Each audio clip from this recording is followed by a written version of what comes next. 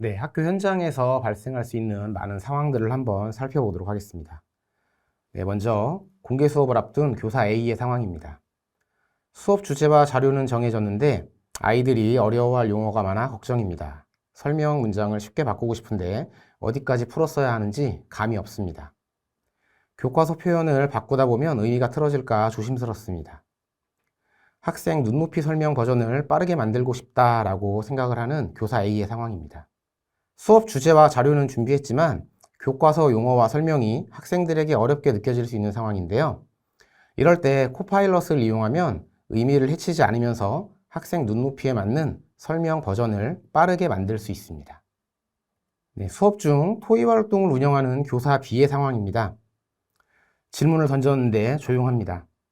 학생들이 생각은 있는데 말로 꺼내는 게 어려워 보입니다. 토의가 이어지도록 질문을 더 잘 만들어야 하는데 즉흥으로는 한계가 있습니다.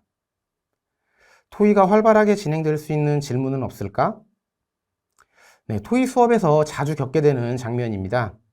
학생들은 생각이 있지만 질문이 막연하거나 어렵게 느껴지면 토의가 멈추게 됩니다. 코파일럿은 교사의 질문을 단계형 질문, 그리고 사고를 여는 질문으로 바꿔주는데 도움을 줄 수 있습니다. 네, 세 번째 상황입니다. 수업 자료를 찾는 교사 C의 상황인데요. 웹에서 긴 글, 기사, 자료를 잔뜩 찾았는데 읽는 데에 시간이 다 갑니다. 핵심만 뽑아 활동으로 바꾸고 싶은데 자료마다 포인트가 달라서 정리가 어렵습니다. 결국 자료를 다 읽지 못한 채 수업을 시작하게 됩니다. 지금 필요한 핵심만 간단히 딱 요약할 수 없을까라고 교사 C가 지금 생각하고 있는데요.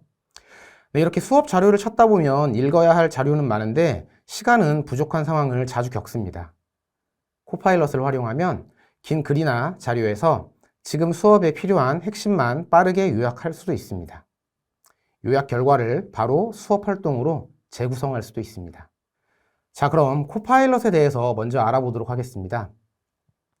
코파일럿은 마이크로소프트에서 출시한 텍스트 생성형 AI입니다. 오픈 AI의 GPT 모델을 기반으로 작동하며 코파일럿이 이제 부조종사라는 뜻을 가지고 있는데요. 부조종사라는 이름처럼 교사의 판단을 대신하기보다는 보조해주는 역할을 하게 됩니다. AI와 함께하는 스마트 수업 혁신의 출발점이라고 이해하시면 되겠습니다. 코파일럿의 가장 큰 특징은 업무 전반을 돕는 통합형 AI 비서라는 점입니다. 일부 오피스 제품과 통합되어 업무 생산성 도구로서 강점을 나타내고 있으며 문서나 이메일 작성, 데이터 분석, 프레젠테이션 제작 등 여러 작업을 자동화해서 문서, 프레젠테이션의 초안 작성의 시간 단축에 도움이 됩니다.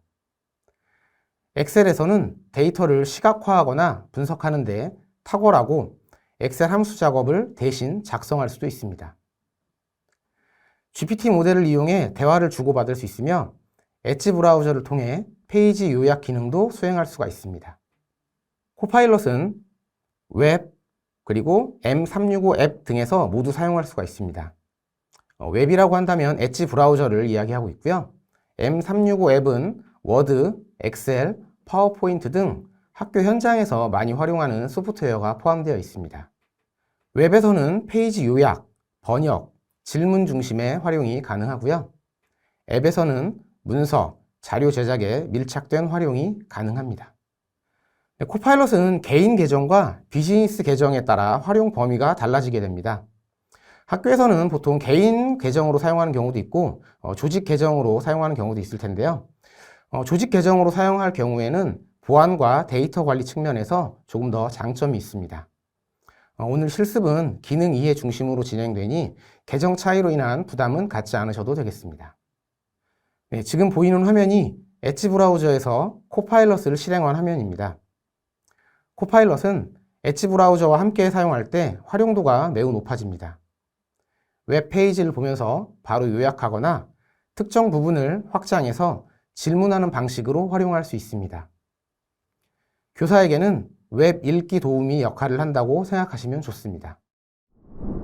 네, 먼저 코파일럿 주소로 이렇게 링크 copilot.microsoft.com에서 코파일럿 사이트에 접속해 보도록 하겠습니다.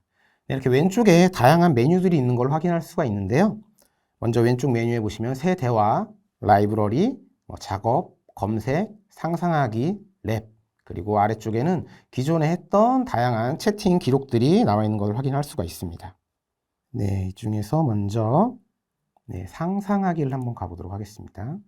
네, 상상하기에 가면은 다양한 이제 이미지 활동들을 할 수가 있는데요. 이 중에서 적당한 이미지를 하나 선택해 보도록 하겠습니다. 이렇게 사람 얼굴이 있는 이미지를 하나 선택해 볼 텐데요. 네, 이렇게 이미지를 가지고 왔습니다.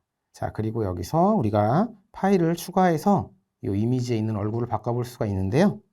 네, 제 사진을 한번 이렇게 프롬프트 창에 넣어 보도록 하겠습니다. 넣어보고, 네, 첨부한 이미지의 얼굴로 바꿔줘 라고 해볼게요. 자, 이렇게 프롬프트를 입력하고 실행을 시키면 기존의 이미지를 제가 방금 첨부한 제 얼굴 이미지로 지금 바꿔주는 과정을 거치는 걸 볼 수가 있습니다. 네, 지금 이미지가 이렇게 조금씩 모습을 나타내고 있습니다. 네, 원래 여자의 모습이었는데 제가 방금 넣은 이미지로 이렇게 기존의 이미지는 그대로 유지하면서 얼굴만 바뀌어서 나오는 것을 지금 확인할 수가 있습니다.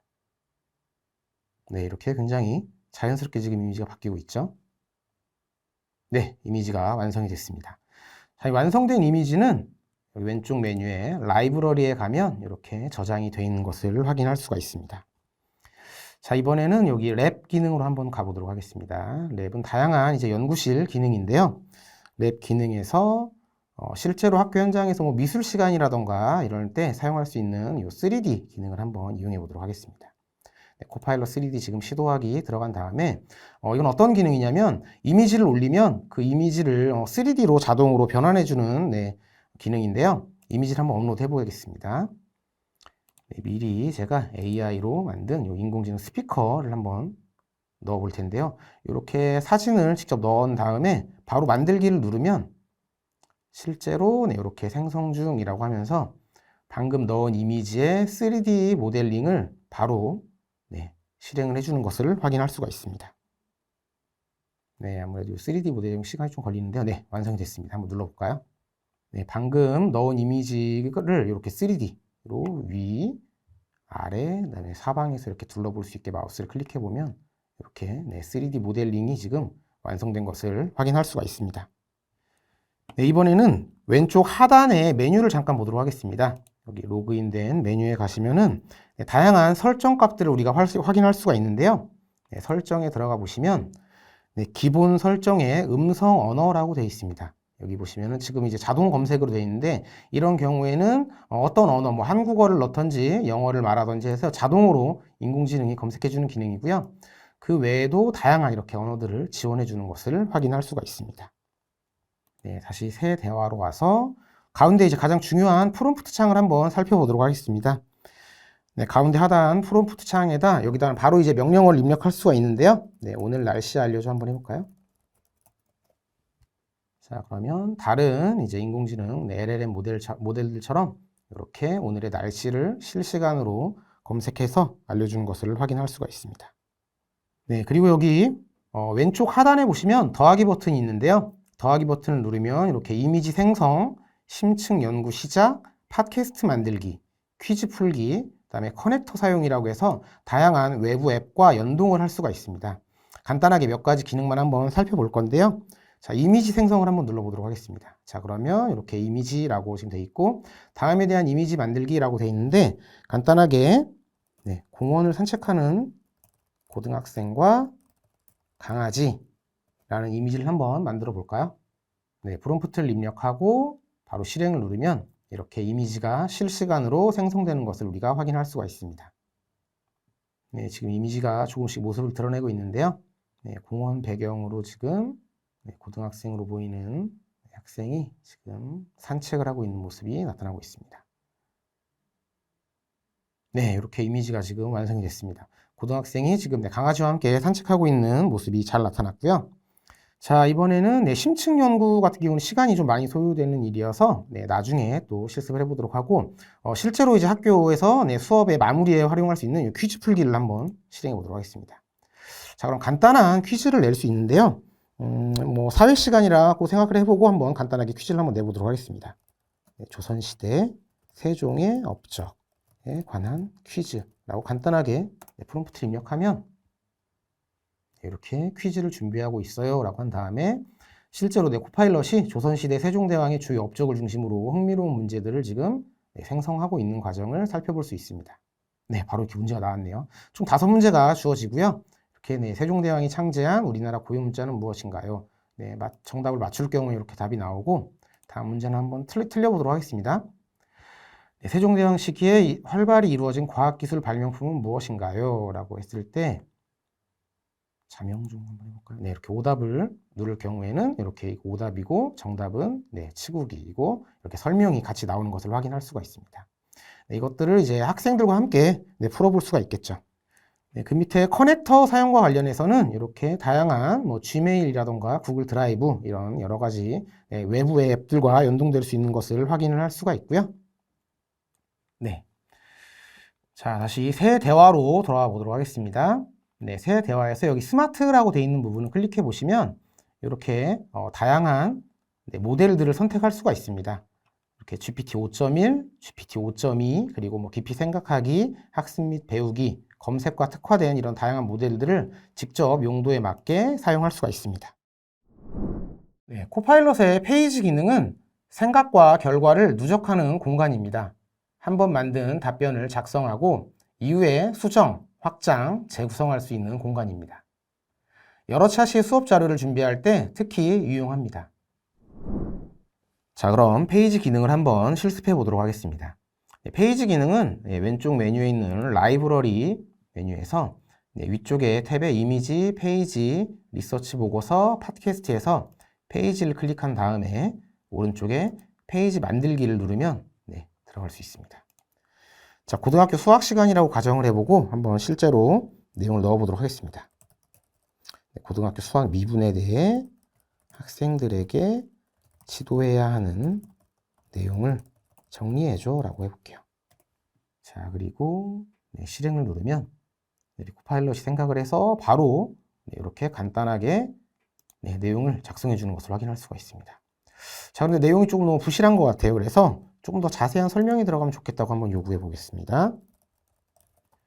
네, 각각의 내용들에 자세한 설명이 들어가면 좋겠어 라고 제가 요구를 했어요. 자, 그랬더니 이렇게 지금 코파일럿이 생각을 하면서 이렇게 내용이 좀 더 지금 길어졌죠? 네, 이 내용이 마음에 들면 수정 버전 적용을 눌러주시면 되겠습니다. 내용이 지금 길어진 것을 확인할 수가 있습니다.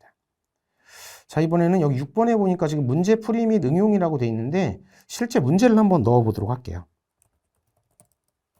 실제 몇 가지 문제를 제시해줘 라고 해볼게요. 빨리 생각하면서 지금 6번 과정이 이렇게 실제 문제가 제시된 것을 확인할 수가 있습니다. 이렇게 제시가 됐죠. 자, 그런데 정답도 알고 싶어요. 풀이나 정답도 알고 싶은 경우에는 이렇게 밑에다가 또 요구를 해주면 됩니다. 예시 답안도 함께 넣어줘 라고 해볼까요? 네, 가끔 오류가 생기기도 하는데요. 다시 한번 얘기해 볼게요. 예시 답안도 함께 넣어줘 라고 해서 실행을 해보도록 하겠습니다. 네, 이렇게 지금 문제에서 이렇게 예시 답안이 추가된 것을 확인할 수가 있습니다. 네, 이렇게 아까 처음에 있던 초안보다 훨씬 더 자세하게 내용이 추가되고 문항이라던가 예시 문항이 추가된 것을 확인할 수가 있습니다. 네, 코파일럿은 화면 옆에 있는 사이드바 형태로도 활용할 수가 있습니다. 이렇게 실제로 지금 수업 자료를 보면서 바로 요약하거나 이미지, 텍스트를 기준으로 질문을 할 수도 있습니다. 잠시 후에 실습으로 함께 더 알아보도록 하겠습니다. 네, 또한 웹페이지를 보면서 이 페이지 번역해줘와 같은 즉각적인 요청이 가능합니다. 수업을 하다 보면 해외에 있는 사이트라던가 이메일이라던가 영어로 된 문장들을 활용하는 경우도 있을 텐데요. 이런 경우에 굉장히 유용하게 사용할 수 있는 기능입니다. 교사는 자료를 옮기지 않고도 맥락 안에서 바로 도움을 받을 수가 있습니다. 유튜브 영상에서도 핵심 요약이라던가 하이라이트 요청이 가능한데요. 수업에 꼭 보여주고 싶은 영상을 찾았을 경우에 일일이 영상을 모두 보는데 굉장히 많은 시간이 소비될 수가 있습니다. 네, 그래서 학생들에게 영상을 보여주기 전에 교사가 먼저 핵심을 빠르게 파악할 수 있는 기능으로 활용할 수도 있습니다.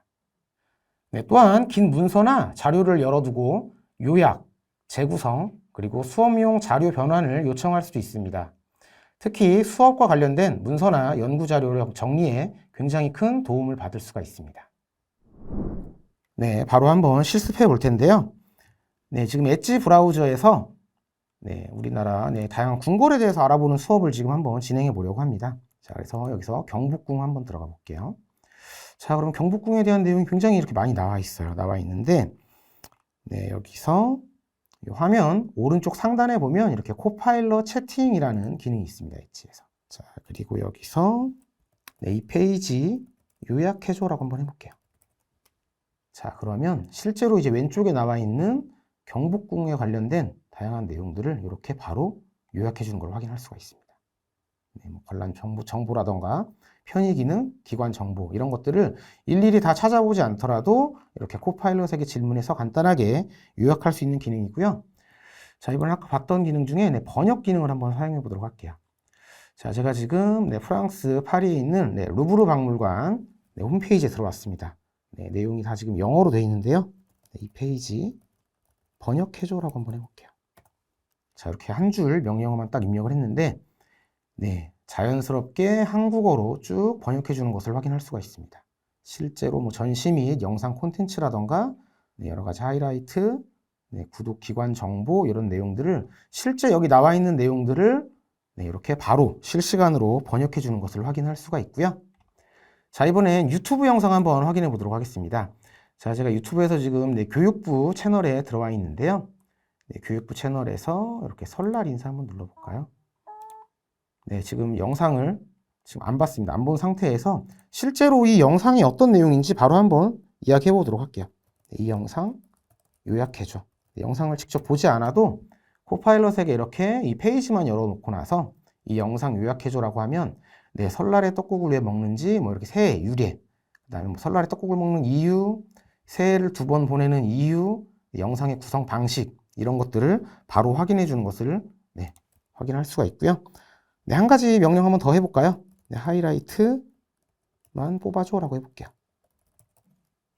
자, 그러면 이 영상의 이제 주된 이제 하이라이트 부분만 한번 빠르게 파악해 줄 텐데요. 이렇게 5줄로 요약해 주는 것을 확인할 수가 있습니다.